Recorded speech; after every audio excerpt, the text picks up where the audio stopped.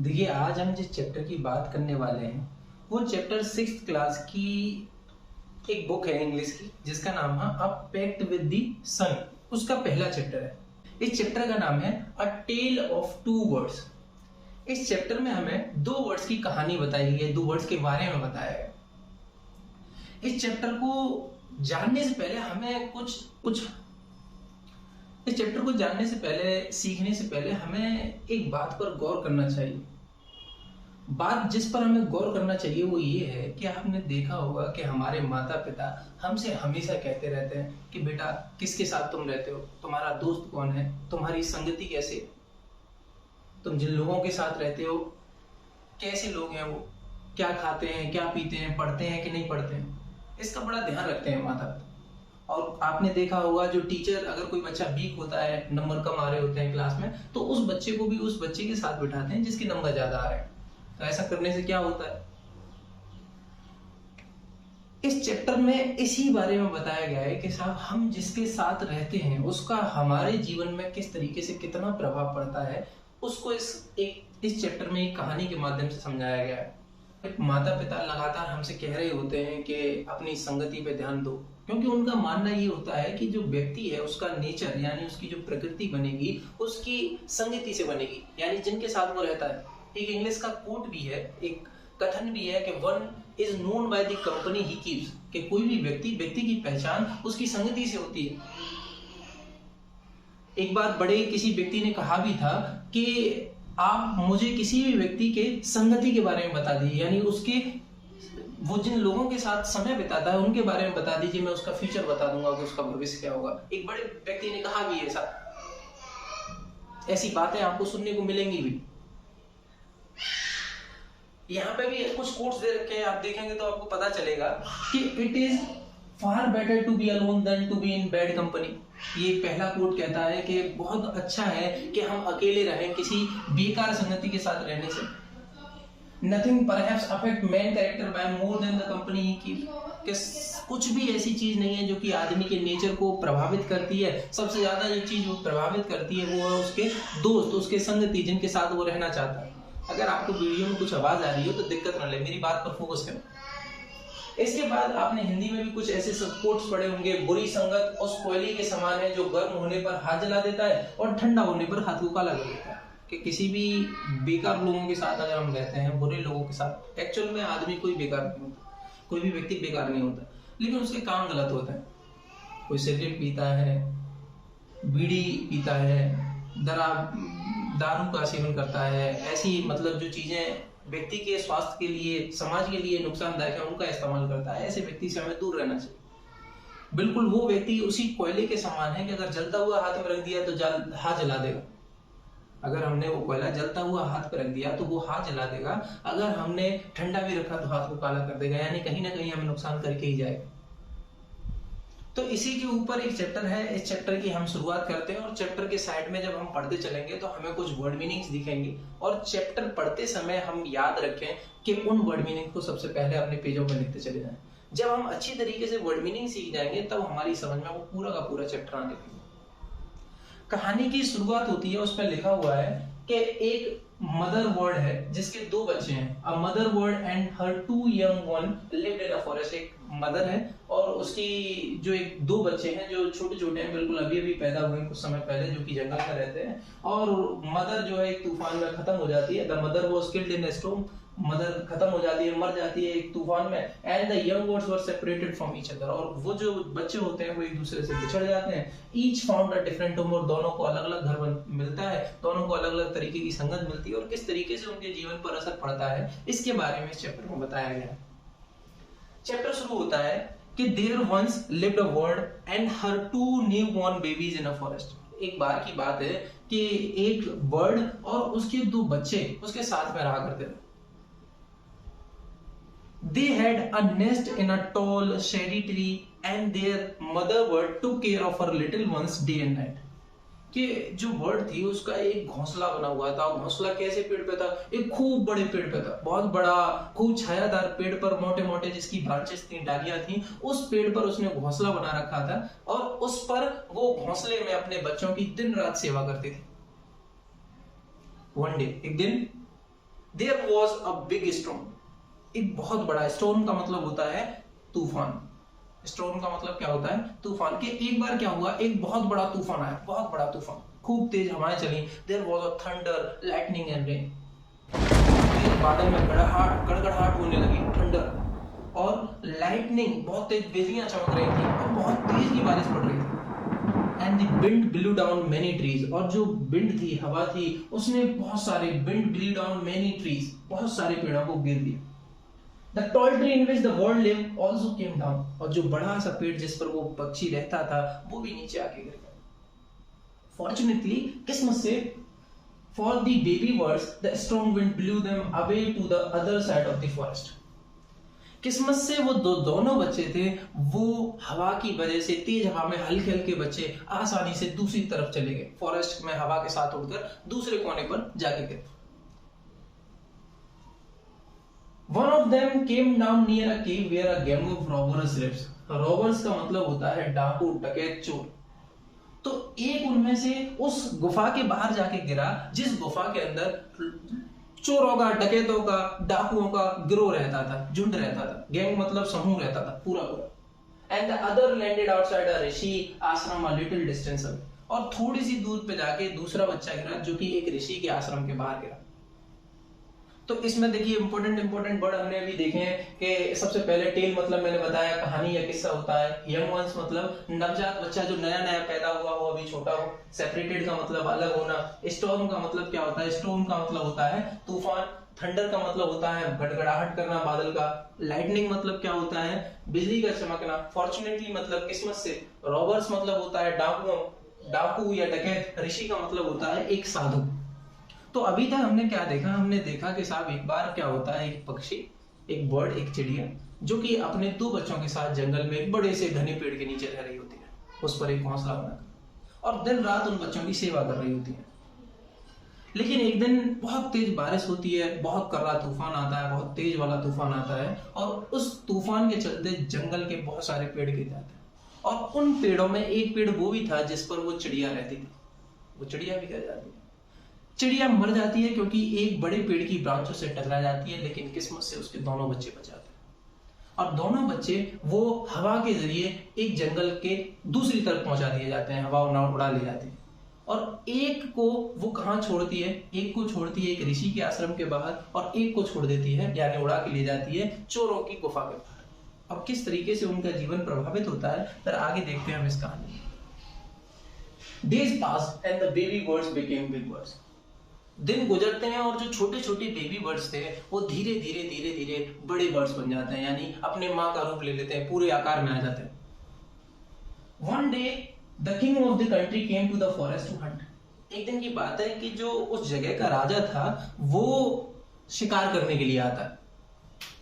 He saw a deer and rode after it. वो एक हिरण को देखता है और लगातार उसके पीछे दौड़ता चला जाता है अपने घोड़े के साथ। He ran deep into the forest followed by the king. और जो हिरण होता है वो गहरे जंगल में घुसा चला जाता है, घुसा चला जाता है, अंदर घुसा चला जाता है। जो फॉरेस्ट मतलब जो डियर होता है, हिरण होता है, वो घने जंगल के अंदर चला जाता है, और उसके पीछे जो राजा होता है वो भी साथ के साथ चला जाता है। Soon the king lost his way and did not know where he was. और उसका पीछा करते करते रास्ता, जो राजा होता है वो रास्ता भटक जाता है। उसको पता चलता है कि उसको पता ही नहीं चलता कि वो अब कहाँ है, कौन सी जगह पे, उसको कुछ भी अनुमान नहीं होता। वो घने जंगल में खो चुका होता है। He rode on for a long time till he came to the other side of forest. और वो लगातार घोड़े पर चलता रहता है और बहुत देर तक चलने के बाद वो जंगल के दूसरी तरफ पहुंचता है। Very tired by now. Very tired by now. Tired का मतलब होता है थका हुआ। वो अब तक बहुत थक चुका है। He got off his horse and sat down under a tree that stood near a cave. वो थका हुआ घोड़े से उतरता है और एक पेड़ के नीचे जाके बैठ जाता है आराम करने के लिए, और उस पेड़ के नीचे बैठता है जो कि एक गुफा के बाहर होता है। Suddenly का मतलब होता है अचानक से। Suddenly he heard a voice cry out. तुरंत अचानक से उसको एक आवाज आती है, चीखी सी आवाज आती है, Quick, hurry up! कोई जल्दी कर। There is someone under the tree. कोई पेड़ के नीचे है। जल्दी करो, कोई पेड़ के नीचे है। Came and take his jewels and his horse, और आओ और इसके सारे जवाहरात जो आभूषण इसने पहने हैं उन सबको ले लो, इसका घोड़ा भी इससे ले लो। हरी और else he will slip, जल्दी करो वरना ये भाग जाएगा। स्लिप अवे का मतलब होता है दूर भाग जाएगा, जल्दी करो। The king was amazed, amazed का मतलब होता है आश्चर्यचकित रहना, चौंक जाना, भौचक्का रह जाना। तो जो किंग होता है वो अमेज रह जाता है, अमेज मतलब चौंक जाता है, भौचक्का रह जाता है। किस बात से भौचक्का रहता है? उसने पहली बार एक बर्ड को इस तरीके से बोलते हुए देखा था, और वो भी डाकुओं की मदद करते हुए। वो कह रहा था कि लूट लो इससे जो कुछ भी है इसके पास। He looked up and saw a big brown bird on the ground, और वो चौंक गया। He was amazed, वो चौंक जाता है। किससे चौंक जाता है? He looked up and saw a big brown bird on the tree under which he was sitting. वो ऊपर उठकर देखता है, जब वो आवाज सुनता है तो उसको वो चौंक जाता है कि एक उसी पेड़ के ऊपर एक बड़ा सा ब्राउन रंग का पक्षी बैठा है। He also heard faint noises. Faint noises का मतलब होता है धुंधली आवाजें, हल्की हल्की आवाजें। He also heard faint noises issuing from the cave. He quickly got onto his horse and rode away as fast as he could. साथ में वो कुछ हल्की हल्की धीमी आवाज, धीमी आवाजों को जो कि केव से आ रही होती हैं, गुफा से आ रही होती हैं, उनको भी सुनता है। और उन आवाजों को सुनते फटाफट जल्दी से जल्दी अपने घोड़े पे बैठता है, और जितनी तेज वहां से निकल सकता था उतनी तेज निकल, अपने आप की जान बचाता। Soon he come to a clearing which looked like an ashram. थोड़ी देर बाद ही वो एक साफ सी जगह पे आता है जो कि ऐसा लगता है जैसा एक आश्रम हो, यानी एक साधु के रहने की जगह हो। It was a ऋषि आश्रम, वो एक साधु का आश्रम था। The king tied his horse to a tree and sat down in its shade. Shade का मतलब होता है छाया, कि जो किंग होता है वो क्या करता है, वो उस घोड़े को अपने को बांध देता है साधु के आश्रम के बाद बाहर, और उस शेड में यानी उस ट्री की शेड में बैठ जाता है। Suddenly he heard a gentle voice announce. तुरंत अचानक से उसको एक बड़ी कोमल सी आवाज आती है। अनाउंस मतलब कि कोई आवाज बोलती है, अनाउंस करने की घोषणा सी होती है एक आवाज में, एक बड़ी कोमल सी आवाज में उसको कुछ सुनाई देता है।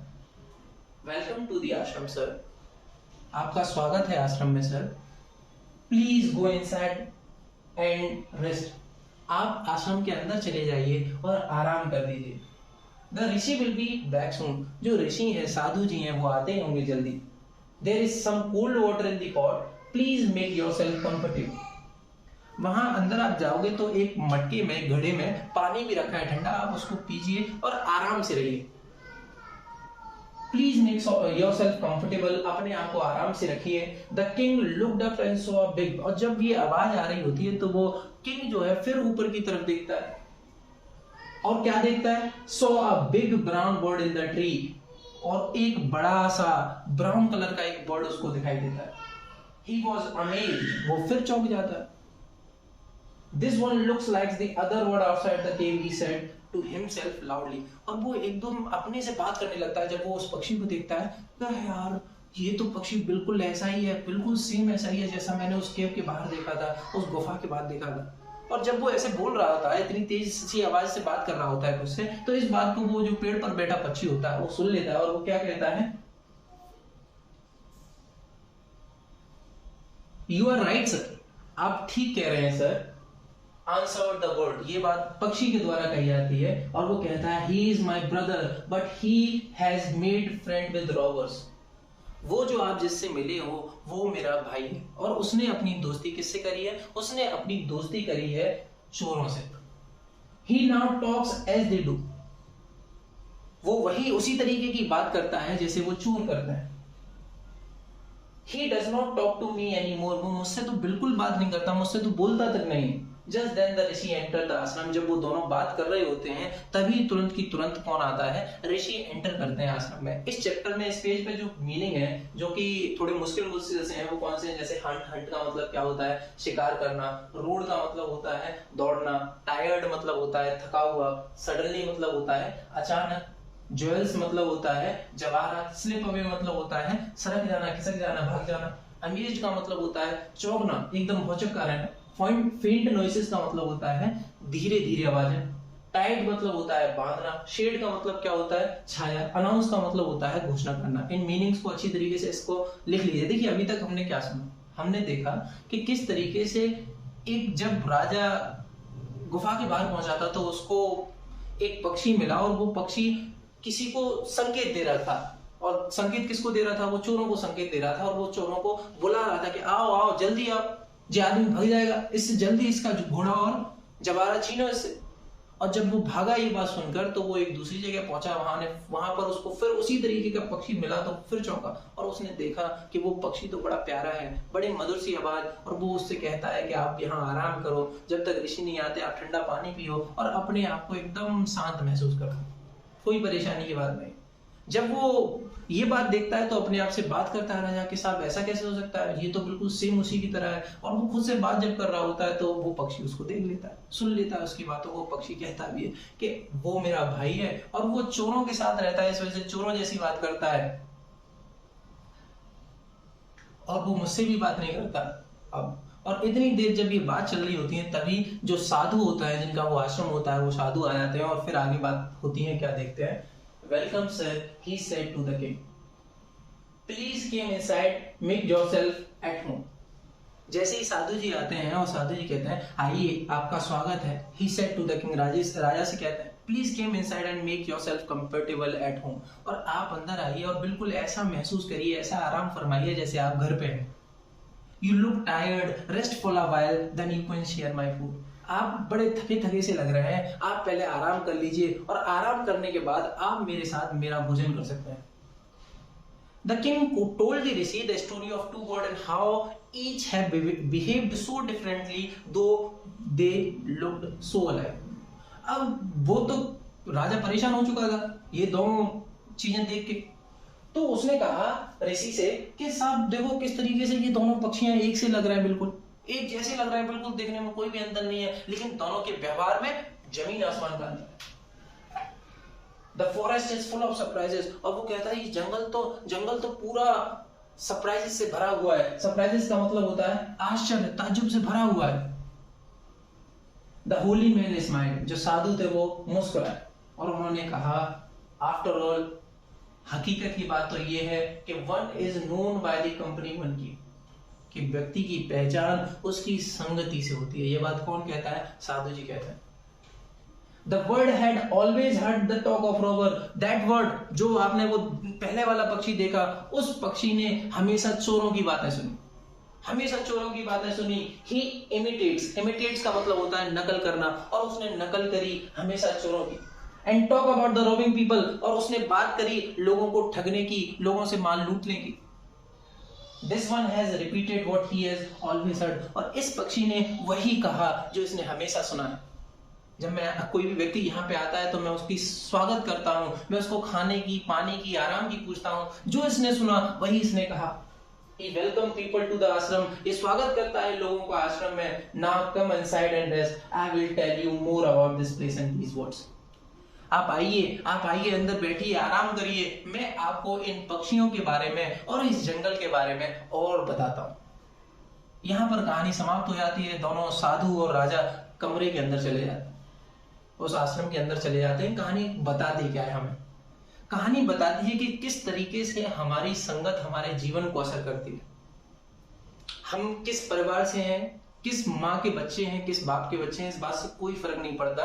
फर्क पड़ता है हम किसके साथ रहते हैं। जैसे अभी हमने देखा कि दोनों बच्चे एक ही माँ के, दिखने में एक जैसे, एकदम समान, लेकिन दोनों का व्यवहार का जमीन आसमान का अंतर, दोनों के व्यवहार में जमीन आसमान का अंतर। एक चोरों के साथ रहा, चोरों जैसा बन गया, एक साधु के साथ रहा, साधु जैसा बन गया। एक दूसरों को लूटने की बात करता है, एक दूसरे की मदद करने की बात करता है। तो आप भी अपनी संगति को देखकर, भालकर एकदम अच्छी तरीके से चुनिए, क्योंकि आपका जीवन वही होने वाला है जो आपकी संगति आपको देगी। आपके अगर ये चैप्टर अच्छी तरीके से समझ में आया हो तो आप मेरे इस चैनल को सब्सक्राइब कर सकते हैं। Thank you.